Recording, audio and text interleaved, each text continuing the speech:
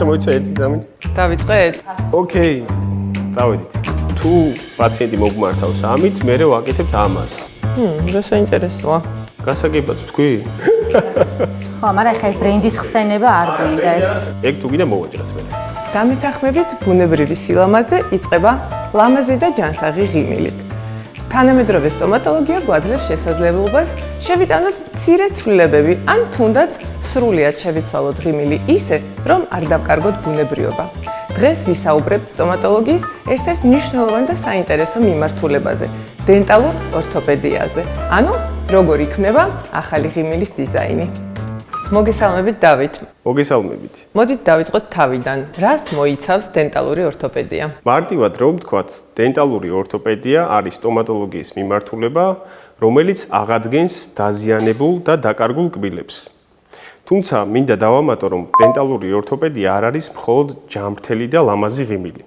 ეს არის თავდაჯერებულობის, საკუთარ თავთან ჰარმონიის და ჯამრთელობის ფორმულა. აუმჯობესებს როგორც ფუნქციურ, ასევე ესთეტიურ ნაწილს. საკმაოდ საინტერესო მიმართულება, ამიტომ მოდით ჩამოვთვალოთ უფრო კონკრეტულად, როდის უნდა მოგმართოთ პაციენტმა. ორთოპედთან ვიზიტი უნდა დაჯავშნოთ იმ შემთხვევაში, თუ კი გაქვთ ერთი ან რამდენიმე კბილი დაკარგული.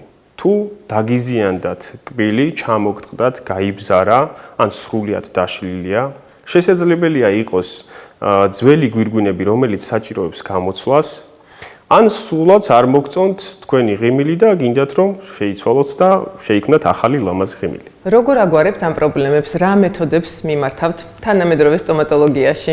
ეს დამოკიდებულია იმაზე, თუ რა პრობლემით მოგმართა პაციენტმა.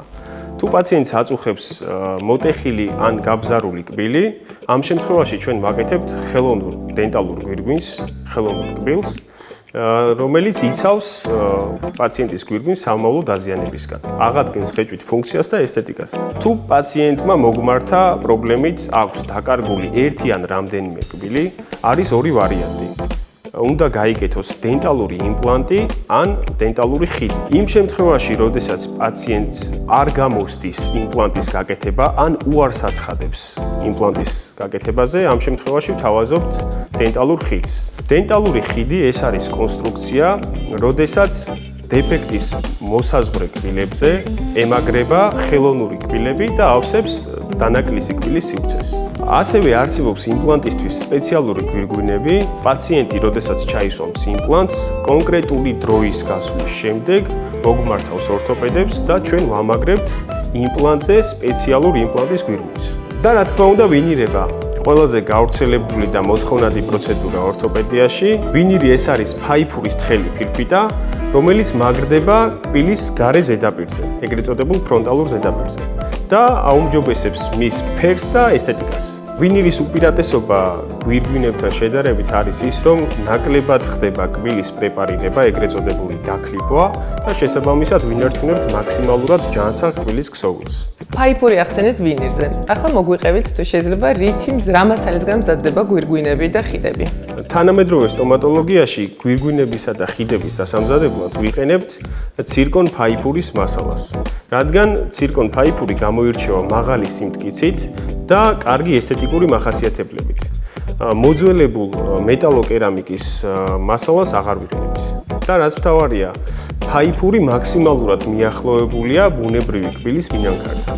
შესაბამისად გვაძლევს ძალიან კარგ ვიზუალს და ბუნებრივს. რა ეტაპები უნდა გაიაროს პაციენტმა და რა ვადებში ნახავს ახალ ღიმილს სარკეში? პირველი ვიზიტი, როდესაც პაციენტი მოგმართავს კლინიკაში, ეს არის კონსულტაცია დიაგნოსტიკის ვიზიტი. ამ ეტაპზე ხდება პაციენტის პირისყროს დათვალიერება, მდგომარეობის შეფასება, ჩატარდება ფოტოპროტოკოლი, ჩვენს კლინიკაში არსებული თანამედროვე აპარატურა გვაძლევს საშუალებას, რომ შევაფასოთ მაქსიმალური სიზუსტით პაციენტის მდგომარეობა. მეორე ეტაპი ეს არის მკურნალობის გეგმის შედგენა. ამ ეტაპზე უკვე ერთვება სხვადასხვა მიმართულების ეკიპები საქმეში, ეს არის მულტიდისციპლინური მიდგომა და პაციენტის მკურნალობა იგეგმება არა მარტო ორთოპედ სტომატოლოგის მიერ, არამედ პაროდონტოლოგის, იმპლანტოლოგის, შესაძლოა თერაპევტის და ორთოდონტის ჩართულობას დამშვიდეს. ამის შემდეგ მოდის ეტაპი, რომელზეც ვქმნით ღიმილის დიზაინს ვარჩევთ მასალას, რომელისგანაც უნდა დამზადდეს ახალი კბილები და ფერს. საბოლოო გადაწყვეტილების მიღება, რა თქმა უნდა, ხდება პაციენტთან შეთანხმებით. ხოლო ბოლო ეტაპს წარმოადგენს კბილის დამზადება და ფიქსაცია. ღიმილის დიზაინი ახსენეთ.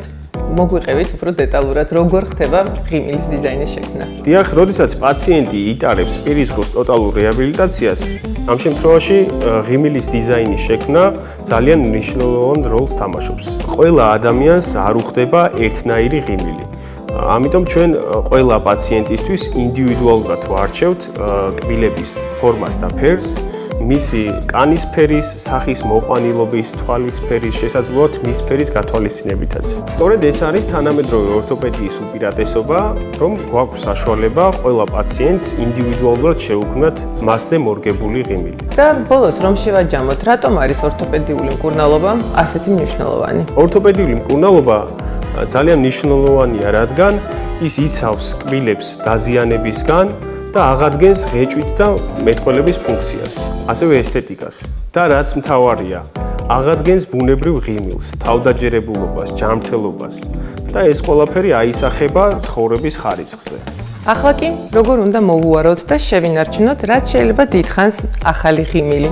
ანა მეტრეველის სტომატოლოგიური ცენტრის ექიმი პაროდონტოლოგი ლეკა ჩალათაშვილი გაგვიზიარებს რეკომენდაციებს. მოგესალმებით ლეკა. მოგესალმებით, როგორც ბუნებრივ კბილს, ასევე გვირგვინს და ვინის სჭირდება სრულფასოვანი მოვლა.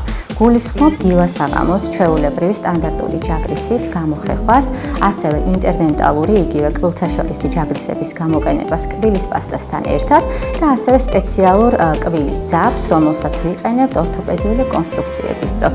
დამატებით შეგვიძლია ასევე ირიგატორის გამოყენება, რაც კბილთაშორის ისეთ სივრცეებს გაგვისუფთავებს, რაც მაგალითად მისადგომად რთული არის იგივე ძაფისთვის და იგივე კბილთაშორისი ჯაგრისისთვის.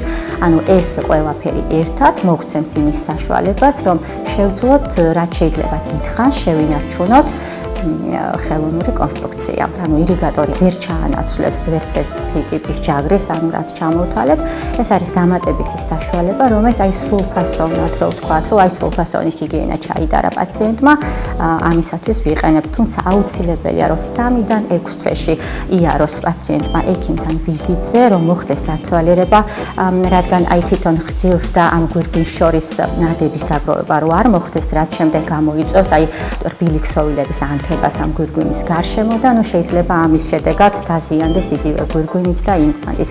ამიტომ აუცილებელია, რომ 3 თვეში ერთხელ, მაქსიმუმ 6 თვეში ერთხელ მოხდეს სრულფასოვანი შემოწმება ექიმის მიერ და შემდეგ დაიგეგმოს და გაიწეროს ის ვიზიტები, რაც მომავალში შეიძლება რომ გაითვალისწინოს პაციენტი. თანამედროვე ტექნოლოგიების დანერგვამ კი პროცესი ბევრად უფრო კომფორტული, ხოლო საბოლოო შედეგი უფრო ბუნებრივი და ლამაზი გახადა. მით უმეტეს თუ არჩევანს პროფესიონალი ექიმების გუნდზე შეაჩერებთ. ჯანსაღი და ლამაზი ღიმილი, ხომ თითოეული ჩვენთაგანის სავიზიტო ბარათია.